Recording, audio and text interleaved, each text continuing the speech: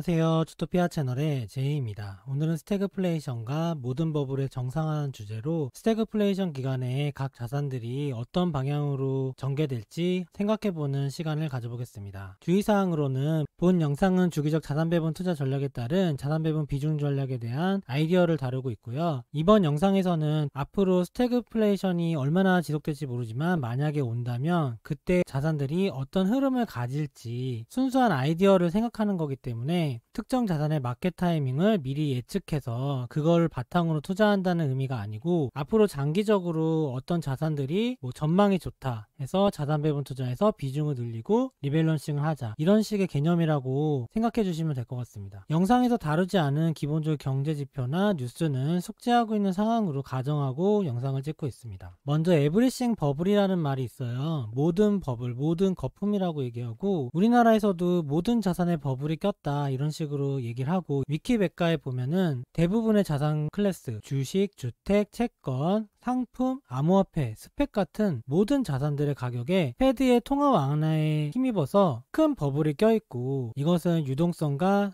상관관계가 있다고 얘기하는 것 같아요. 최근 20년 동안 연준이 제로금리와 무제한 양적 완화를 통해서 모든 자산들이 다 우상향하게 됐잖아요. 근데 이게 영원히 지속될 거냐? 제가 생각했을 때는 영원히 지속되는 방법은 하이퍼 인플레이션으로 가는 수밖에 없다 생각을 하거든요. 그러니까 달러가 완전히 망해서 터키나 아르헨티나, 베네수엘라 같이 망해버리면 달러도 끊임없이 가치가 하락하고 모든 자산의 명목상의 수치, 몇 달러, 몇 원이라고 하는 숫자 자체는 무한히 오를 거잖아요. 근데 미국은 기축통화국이고 미국 스스로 기축통화국에서 망하려고 하지 않겠죠. 그래서 지금 미국 연준이 기준금리를 무리해서 고금리를 유지하고 있고, 지금 모든 통화 대비 가치가 올라가고 있잖아요. 모든 통화들이 달러 대비 가치가 절하됐죠. 그런 식으로 미국은 자신만의 가치를 지키려고 할 거기 때문에 그런 상황에서는 모든 버블, 에브리싱 버블이 지속이 되지 못한 상황도 한 번쯤은 생각해 봐야 된다는 거죠. 최근에 7월 17일에 억만장자 투자자 세스 클라만이라는 사람이 이런 에브리싱 버블이 터질 수가 있으며 더 많은 은행 재난이 닥칠 수 있다고 경고를 한 적이 있어요. 세스 클레만은 자산 가격에 코로나 때 생긴 거품이 아직 터지지 않았을 수도 있다고 말했고, 기관들은 채권 같은 거에 더 노출이 됐는데 채권이 지금 많이 하락했잖아요. 기준금리 인상 때문에. 그래서 은행 위기 같은 게 다시 올 수 있다고 생각을 하고 있고, 이분 말에 의하면 최악의 상황이 지금 벌써 지나갔고 정부가 항상 구제금융을 할 거라고 가정하지 말라고 경고를 했다고 합니다. 이분의 생각이 제가 생각하고 있는 방향이랑 비슷해서 한번 캡처를 해봤고요. 가운데 있는 그림은 진자 운동을 나타내는데, 가운데가 중심이라고 치고 양끝이 극단이라고 치면 A나 B의 양끝의 극단으로 가면 결국에는 다시 회귀를 해서 가운데를 지나서 다시 반대 극단으로 가잖아요. 저는 모든 자산의 가격도 결국에 이런 진자 운동처럼 바닥과 거품 사이에서 왔다 갔다 하고 있다고 생각하거든요. 하워드 막스도 이런 얘기를 했던 것 같아요. 그래서 보통은 자산은 극단적으로 싸거나 극단적으로 비싸서 버블이거나 이 두 가지 상태가 많고, 오히려 정상 가격은 빠르게 지나가 버리는 수가 많다, 이런 문구를 제가 본 것 같거든요. 어쨌든 지금은 모든 자산이 버블이 되는 시기였지만 이게 정상화되는 것도 당연히 일어날 수 있는 일이라고 생각하고 있습니다. 이번에 버블에 대해서 생각해보면 2008년과 2020년에 두 번의 양적 완화를 통해서 통화 가치가 하락하고, 이는 다시 인플레이션 사이클을 도래하게 했고요. 자산의 가격은 통화 가치 하락에 따라서 많이 상승했잖아요. 주식, 채권, 주택, 스펙, 암호화폐 모든 자산의 버블이 꼈죠. 근데 1965년에 크게 버블이 낀 다음에 70년부터 80년대 사이에 버블이 꺼지는 스태그플레이션, 고물가와 기준금리가 높고 경기가 침체됐던 상황이 10년 동안 지속됐거든요. 그때 마치 버블을 치유라도 하듯이 모든 버블들이 다 꺼지고 정상화가 됐었던 적이 있어요. 그리고 우리가 자산을 평가할 때 단순하게 지금 기준에서 비싸다 싸다 할 게 아니라 장기적인 기준에서 봤을 때 현재 장기적으로 싼 게 있고 장기적으로 비싼 게 있고, 이걸 구별해야 되거든요. 과거 1970년대에는 장기적으로 원자재 가격이 원래 쌌었기 때문에 70년에서 80년 사이에 저번 영상에서 보여드린 것처럼 금은 18배가 올랐잖아요. 금은 과거에 못 올랐던 게 올랐다고 보시면 될 것 같고요. 이미 버블이 껴있었던 주식과 주택, 채권 등은 10년 동안 가격이 오르지 않았죠. 이번에도 그런 식의 자산의 가격의 정상화가 일어날 것인지 한번 생각을 해봐야 될 것 같습니다. 저는 계속해서 이런 식으로 생각을 하고 있었어요. 기준금리가 전고점을 돌파하고 나서부터 40년간의 사이클이 끝나고 새로운 인플레이션 사이클이 시작된다. 거의 작년 말서부터 계속 유튜브에 올리고 있었던 것 같은데요. 하워드 막스라는 유명한 투자자분 아시죠? 워렌 버핏도 뭐 참고한다고 하는 투자 구루가 있는데, 이분이 마침 제 생각이랑 일치하는 말을 최근에 인터뷰를 하셨더라고요. 그래서 한번 제가 직접 언급해드리는 말보다도 하워드 막스가 어떻게 얘기했느냐를 통해서 버블이 어떻게 정상화될 수 있는지 한번 살펴볼게요. 이분은 오크트리 캐피탈 회장이신데 상점벽해 C체인지라는 제목으로 투자자들에게 메모를 전달했대요. 1970년대에 투자 환경이 바뀐 거를 첫 번째 상점벽해라고 생각하셨고, 그러니까 이분의 투자 경험에서 겪으신 일을 얘기하는 거죠. 두 번째는 1980년 이후에 40년 동안 디플레이션 금리 사이클이 됐고 인플레이션이 종말이 됐잖아요. 그 40년 동안 겪으신 부분을 두 번째 상점벽해라고 표현하셨어요. 그 당시에는 인플레이션이 끝나고 1980년부터 다시 디플레이션이 시작되니까 투자의 낙관론이 부활했고 공격적인 투자 수단을 활용한 수익 추구가 다시 부활했고 증시가 급등했다고 설명해 주셨고요. 실제로 S&P 500 지수가 1982년 102포인트였는데 작년 1월에 4790까지 쪘대요. 거의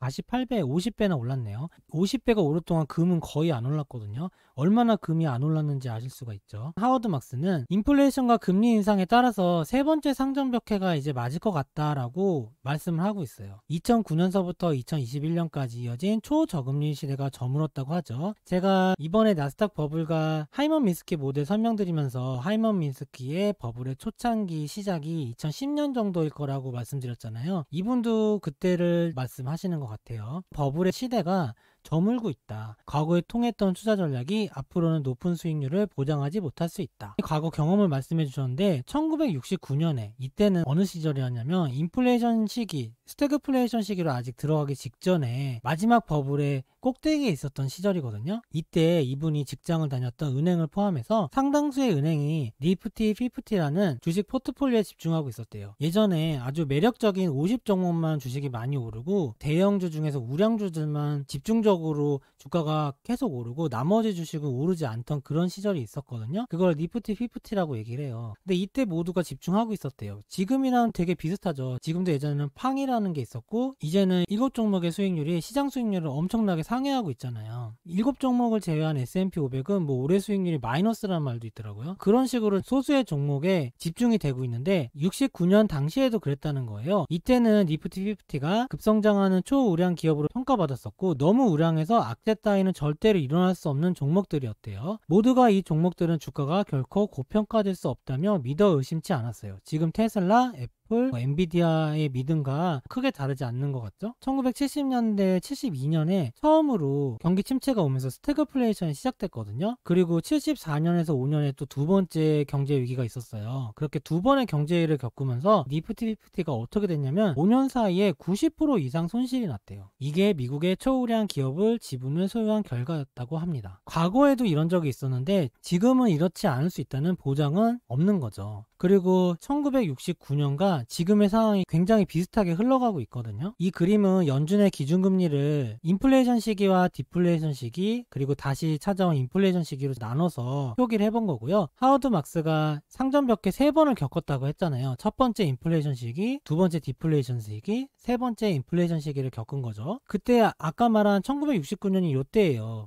이때 보면은 기준금리가 올랐는데 경기 침체는 아직 오지 않았죠. 기준금리는 원래 0에서 5% 사이가 정상이었는데 5에서 10%로 굉장히 많이 올랐죠. 지금이랑 되게 비슷해요. 0에서 2에서 3% 정도까지로 10년 이상 지속되다가 갑자기 다시 전고점을 돌파하면서 크게 기준금리가 올랐잖아요. 근데 아직 경기 침체는 오지 않았죠. 이때도 보면 기준금리가 과거보다 급하게 오른 거 대비 경기 침체가 오기 전이잖아요. 이때 니프티 50를 샀으면 1974년, 그러니까 인플레이션 시기에 두 번째 경기 침체가 오던 시절에는 무려 마이너스 90% 정도의 손실이 났다는 거예요. 지금 여기서 있는 나스닥 대표 종목이 앞으로 마이너스 80%가 될 가능성도 제로는 아니다. 과거에는 그리고 그런 일이 있었다. 이렇게 생각할 수 있죠. 저는 이 시기가 굉장히 유사하다고 생각하거든요. 근데 하워드 막스도 이번에 이렇게 얘기를 하신 거죠. 에브리싱 버블이 그럼 정상화하는 과정에 대해서 예전 과거 1970년대 S&P 500 지수를 바탕으로 비교를 해볼게요. S&P 500 지수의 1970년부터 80년 사이에 월봉 그래프를 그린 거고요. 이 파란색 선이 장기 이평선이에요. 1969년에 S&P 500은 2023년 나스닥이랑 똑같아요. 1969년에 나스닥이 없었어요. S&P 500이 그때 당시에는 신기술을 가진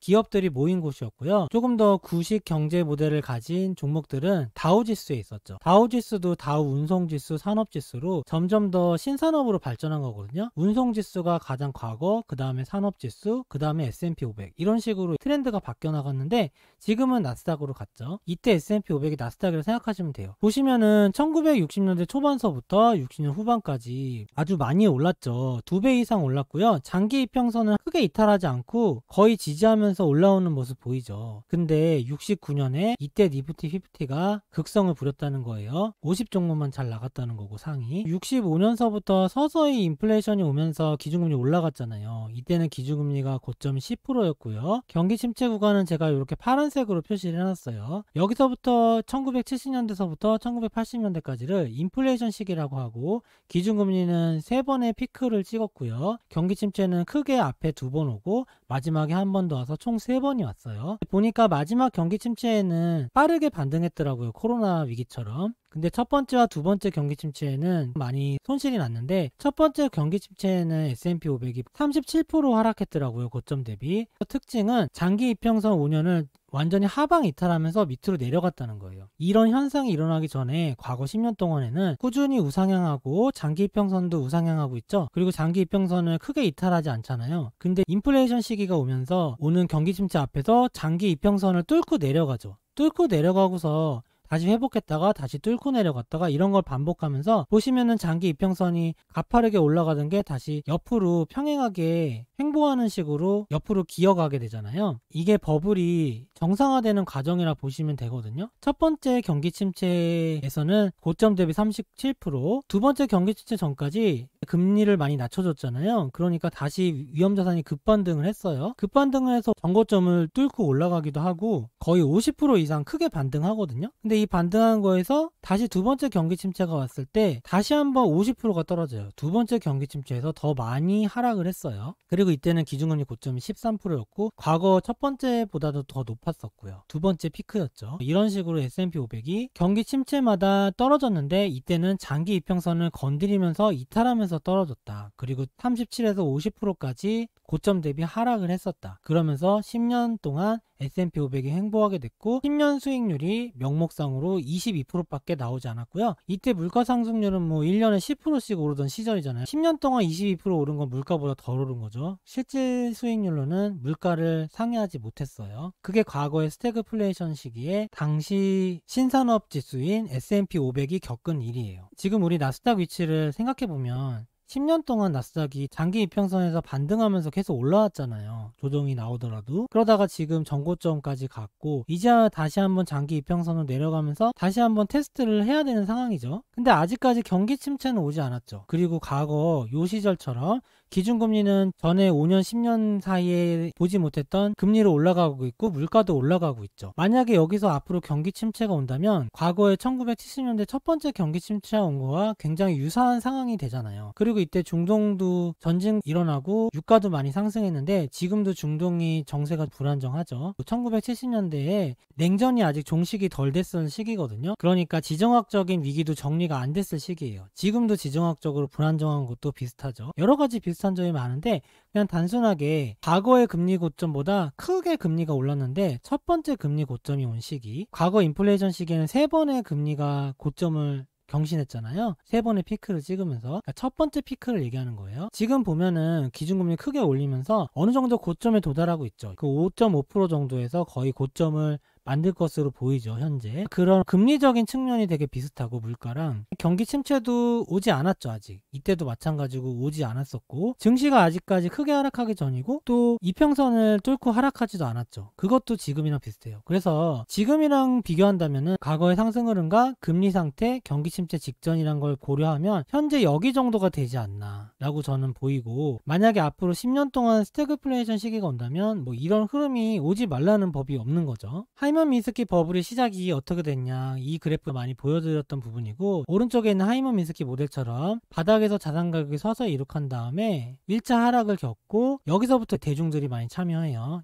요 앞에는 현명한 투자자나 기관 투자자고요. 여기서부터 열정적으로 상승하다가 마지막에 급하게 올라가고 꼭대기를 찍은 다음에 2차 하락이 일어나는데, 다시 한번 반등이 일어나면서, 이때 보면은 거의 장기 이평선 정도에서 반등을 하죠. 반등을 하지만 현시부전 반등해서 다시 한번 꺾여져 내려오면서 두 개의 고점 더블탑을 만든 다음에 크게 떨어지는 공포 투매 과정을 거쳐서 이때는 장기 이평선을 뚫고 내려오겠죠. 10년 동안 보면은 장기 이평선이 이렇게 올라갔던 걸 다시 끌어내리면서 정상화 과정을 거치는 게 하이먼 미스키 모델이라 보면, 나스닥 지수는 2010년서부터 생각해서 1차 상승, 1차 하락, 2차 상승, 2차 하락, 현시부전 반등, 그리고 여기서 조정이 내려오고 더블탑을 만들고 있는 상황이고요. 여기서 제가 생각했던 게, 이 그래프를 이론적으로 맞추려면 2010년 정도서부터 시작하면 맞더라고요. 왜냐하면 나스닥 버블 이후에 금융위기가 거치면서 이렇게 장기 이평선 아래로 주식이 있었거든요. 장기 이평선을 처음으로 돌파하는 시기가 2010년 정도더라고요. 그래서 시작을 2010년으로 봤는데, 좀 재미있는 게 패스티스 호스라고 가장 빠른 말, 그러니까 선도 자산이나 뭐 주도 자산이라고 생각하면 될 것 같아요. 각 자산별로 뭐 주도주라는 얘기처럼 가장 주도하는 자산이 있는데, 어떤 버블 기간에서 이 표를 보시면은 2011년서부터 2023년까지 각 자산들의 연간 수익률과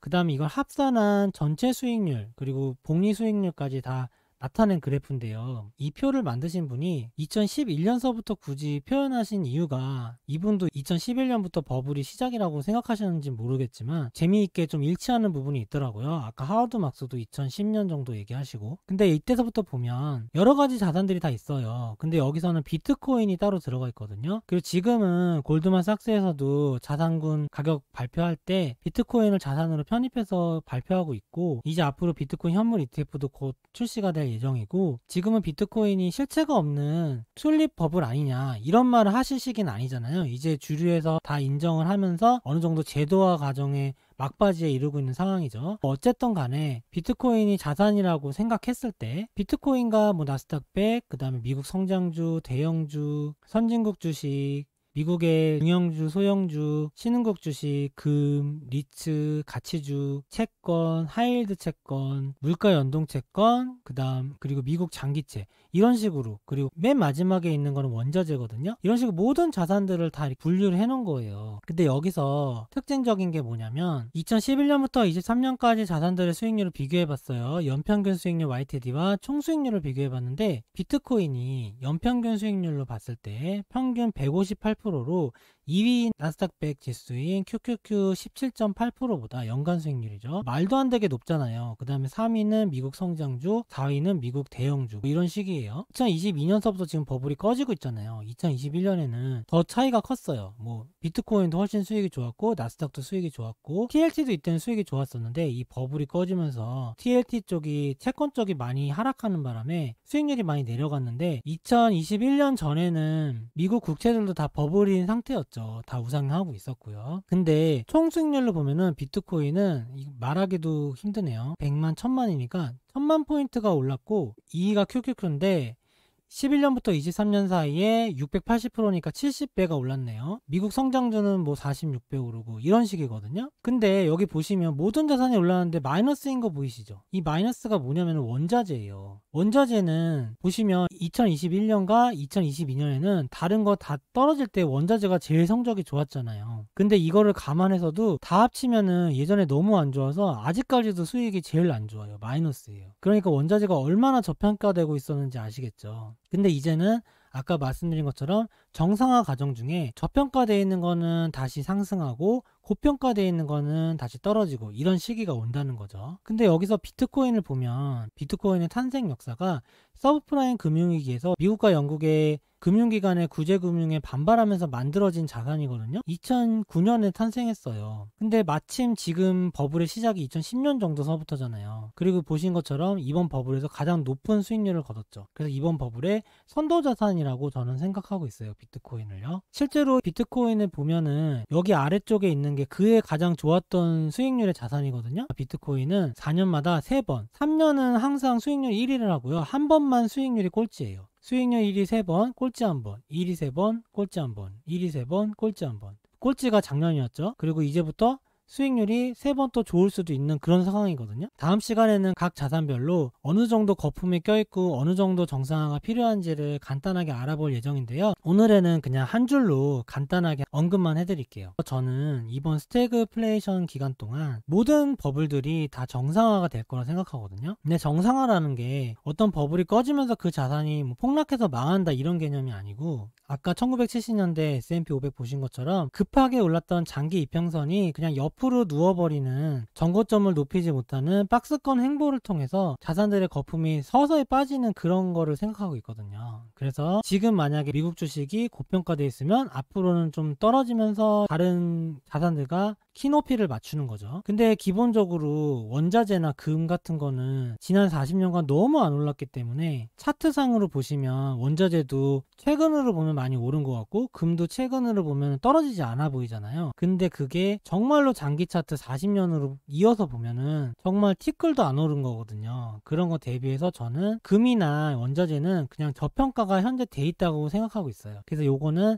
상승할 가능성이 높다. 그래서 1970년대 10년 동안 금이 18배 오르는 동안 S&P 500은 22%밖에 안 올랐죠. 그거랑 비슷한 유사한 상황이 앞으로 올 수 있고, 이거를 원자재 사이클의 도래라고 생각할 수 있는 거죠. 근데 미국 주식은 40년간 너무 많이 올랐기 때문에 고평가 상태고요. 왼쪽에 있는 편은 미국 주식과 미국 국채의 가격을 비교한 건데, 원래 모든 버블이라고 해서 21년까지 다 버블이었잖아요. 근데 22년에 모든 버블이 좀 꺼졌었거든요. 그때 여기 흐름을 보시면 미국 국채랑 나스닥이랑 비슷하게 떨어졌죠. 근데 요번에 은행위기 이후에 반등할 때 보면은 미국 국채는 그냥 계속 떨어지는데 나스닥은 갑자기 뜬금없이 반등했죠. 여기서 괴리감이 보이시잖아요. 전 이걸 어떻게 보고 있냐면, 비트코인은 작년에 엄청나게 떨어진 거 혹시 아실지 모르겠는데 고점 대비 벌써 77%가 떨어져서 바닥을 다지고 있거든요. 비트코인은 선도자산이라고 생각하는데 가장 먼저 하락을 했어요. 그래서 제가 예전에 나스닥 버블과 비트코인 버블 비교 영상도 한번 올려드린 적 있죠. 한번 참고해 보시면 될 것 같고요. 비트코인은 이미 버블이 먼저 쫙 꺼졌기 때문에 지금은 그냥 정상 상태라고 보고 있고요. 실제로 차트를 봐도 그냥 바닥권에서 이평선을 정배열로 모으고 있는 상황이에요. 그리고 금은 떨어지지 않은 상태에서 이평선이 정배열로 모이고 있는데 장기 차트상으로는 오른 게 없기 때문에 저평가라고 얘기하는 거고요. 그리고 주식은 여기 보시는 것처럼 채권 대비 아직까지 떨어진 게 없죠. 저는 미국 국채는 정상화가 이미 진행이 되고 있다고 보고 있거든요. 지금 보면은 미국 국채가 TLT가 16년 만에 최하점이다. 그리고 미국 국채가 계속 떨어진다 하면서 미국 국채가 멸망하는 듯이 생각할 수 있는데, 저는 그게 아니고 먼저 버블이 꺼지고 있는 거라고 보고 있어요. 비트코인은 옛날에 꺼졌고 국채가 지금 꺼지고 있고 이제 거의 다 꺼졌죠. 그리고 금은 뭐 오른 것도 없고 장기 바닥에서 원래 있는 거고, 근데 주식은 아직 안 꺼졌단 말이에요. 미국 주식은 아직까지 크게 하락하지도 않고 그 다음에 장기 이평선을 뚫고 내려오지도 않았잖아요. 미국채는 이미 장기 이평선 뚫고 내려왔거든요. 비트코인도 내려왔고요. 그래서 이런 관점에서 봤을 때 미국 주식은 고평가, 국채는 정상화가 거의 돼가고 있고 부동산도 아직 고평가고요. 여기 한국 부동산도 포함이고, 금은 저평가 상태에 장기적으로 돼 있는 거고 앞으로 상승하면 정상가를 찾아가는 거죠. 비트코인은 버블이 이미 꺼져서 정상 과정에서 막바지에 이르고 있고 자산 가격이 떨어졌던 것들은 오르고 올랐던 건 떨어질 거잖아요. 비트코인에 대해서는 전망하식에 따라서 여기서 더 나락으로 떨어져서 없어질 것이다 라고 말하는 분도 있고, 근데 지금은 그렇게 얘기하기에는 비트코인이 주류에 인정되는 과정들이 너무 적나라하게 보이기 때문에 공부를 좀만 해보시면 비트코인이라는 게 실체가 아예 없는 튤립은 아니구나라는 걸 아실 수가 있거든요. 그럼 비트코인이 만약에 생존한다면 지금은 바닥이라고 저는 보고 있고요. 그래서 나중에 반등할 때 비트코인이 가장 먼저 반등하지 않을까, 금이랑 비슷하게 그렇게 대략적으로 예상하고 있고, 달러는 흔히들 달러를 보실 때 화폐 가치가 하락하면서 달러가 떨어지고 금이 오른다, 뭐 이런 식으로 생각하시니까 인플레이션이라는 거에 화폐가 평가 절하되니까 약세가 돼야 되는 거 아니냐 이렇게 생각하실 텐데, 맞긴 맞고요. 그러니까 금과 원자재 대비해선 약세가 돼야 되는 게 맞는데, 지금 원자재가 아직 안 올랐잖아요, 금이랑. 그래서 달러는 원자재 대비해서는 고평가돼 있어요, 현재. 그래서 나중에 금이 오르면서 이 고평가가 정상화가 될 거고요. 다만 우리가 환율이라고 말하는 그냥 명목 화폐 대비한 가격 있잖아요. 달러와 원화, 뭐 달러와 파운드와 달러와 엔화, 위안화 이런 거 있잖아요. 이런 환율 측면에서는 달러는 지금 정상이라고 생각하고 있거든요. 그러니까 원래는 저평가돼 있었는데 지금 킹달러라고 최근에 달러의 가치가 다른 명목 화폐 대비 많이 올랐잖아요. 그게 전 정상화가 됐다고 보고 있고요. 앞으로도 다른 명목 화폐 대비해서는 달러가 크게 떨어지진 않는다고 생각하고 있어요. 우리가 화폐 가치가 떨어진다고 말을 할 때 이런 금이나 원자재 대비 달러가 떨어진다는 건 맞는 개념이고요. 그 다음에 원달러 환율까지 떨어진다고 생각하면 안 되고, 원화는 달러보다 더 약세라고 생각해야 돼요. 그래서 달러가 약세가 되면 원화는 더더욱 약세가 된다, 이런 개념에서 투자를 이어가시면 아마 큰 무리가 없을 것 같아요. 물론 나중에 미국이 완화 정책을 펼치면 그때는 환율도 내려가긴 할 거예요. 근데 환율이 내려갈 때는 이미 환율의 극단적인 고점에서 우리나라의 큰 위기를 경험한 이후의 얘기인 거죠. 그래서 위기가 오기 전까지에는 환율이 오른다는 거, 그걸 알고 계시면 될 것 같습니다. 오늘 영상은 여기까지 하겠습니다. 좋아요와 구독 부탁드립니다. 감사합니다.